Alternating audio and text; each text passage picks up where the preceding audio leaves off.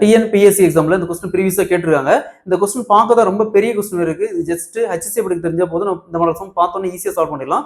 அதாவது 3 வாளி இருக்குது, 3 வாளிலையும் பால் இருக்குது. ஒரு வாளியில 80 லிட்டர் இருக்குது, இன்னொரு வாளியில 100 லிட்டர் இருக்கு, இன்னொரு வாளியில 120 லிட்டர் இருக்குது. ஸோ 3யும் சரிசமமா அளக்கணும். ஸோ அப்ப எந்த அளவுக்கு கெப்பாசிட்டி உள்ள ஒரு பாத்திரம் இருந்தா 3யும் சரிசமமா அளக்க முடியும்னு கேட்கறாங்க. ஸோ இந்த மாதிரி சம் கேட்டாங்களா எப்படி குயிக்கா சால்வ் பண்ணாத பார்க்கலாம். அதுக்கு முன்னாடி நம்முடைய அகாடமில 2026ஆம் ஆண்டு வரக்கூடிய டிஎன்பிஎஸ்சி மற்றும் போலீஸ் எக்ஸாமுக்கான எஸ்பெஷலி மேக்ஸ் அண்ட் ரீசனிங் தனியாக online classes and test paste இருக்கு.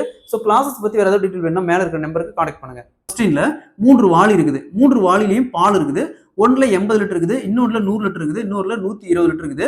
ஸோ 3 வாளி சரிசமம், அந்த பாலை அளக்கிறதுக்கு சரிசமம் ஒரு பாத்திரம் தேவைப்படுது. ஸோ அப்போ எந்த அளவுக்கு ஒரு கெப்பாசிட்டியான ஒரு பாத்திரம் தான் 3யும் சரிசமம் அளக்க முடியும்னு கேட்கறாங்க. இந்த மாடல் சம் கேட்டாங்களா ஃபர்ஸ்ட் என்ன கொடுத்துறாங்க 80 லிட்டர், அடுத்தது 100 லிட்டர், அடுத்தது 120 லிட்டர். ஸோ டேரக்டா இதுக்கு மட்டும் HC எடுத்த போதும். ஸோ டேரக்டா 10ஆலே கேன்சல் பண்ணலாம். 10ஆல கேன்சல் பண்ணுமா 8, 10, 12.